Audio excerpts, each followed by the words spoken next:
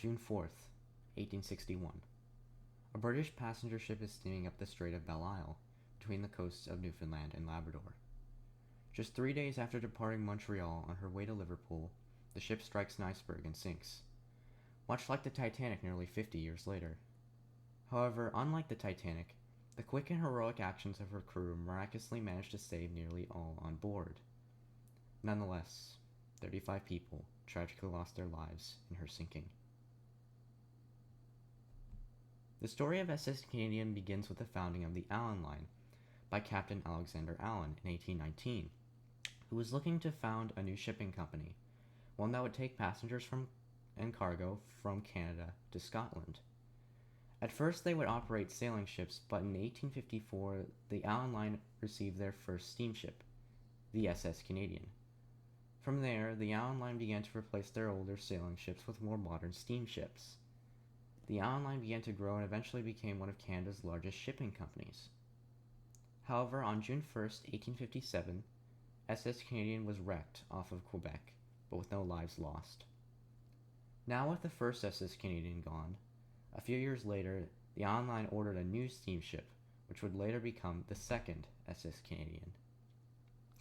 Launched on December 10th, 1859, and completed in March 1860, the second SS Canadian was built by Robert Steele & Co. shipyard of Greenock, Scotland. When completed, the ship measured at 86.9 meters or 285 foot in length, with a beam of 10.4 meters or 34 foot, and was assessed at 1,926 gross registered tons. The ship was powered by one 2-cylinder compound steam engine driving a single screw propeller, achieving a maximum speed of 12 knots.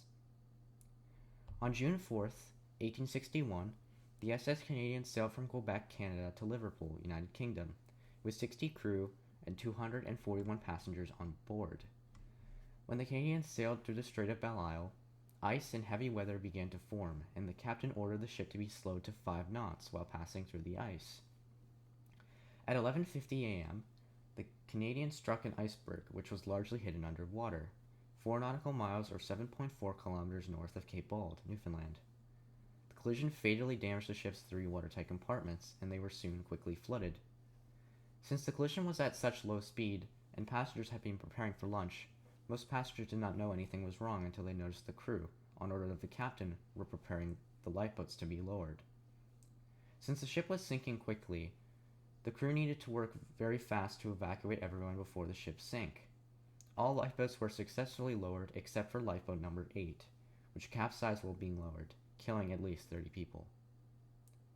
The ship finally sank beneath the freezing ice-filled waters a half hour after striking the iceberg. There were some passengers and crew who could not board lifeboats and went down with the ship. In total, 35 people perished in the disaster. Among those who perished was Male Officer James Panton, who is considered to be a hero of the sinking. He managed to guide many people to the lifeboats and even saved some of his mailbags. He also gave up his seat in a lifeboat to a female passenger. Mr. Panton was last seen hanging by a rope over the side of the ship as it went down. The 266 survivors were soon picked up by 4 French fishing vessels and taken to Corbin Bay, Newfoundland. Today, the wreck of SS Canadian rests 4 nautical miles or 7.4 kilometers north of Cape Bald, Newfoundland. May the 35 people who perished in the disaster rest in peace. They are not forgotten.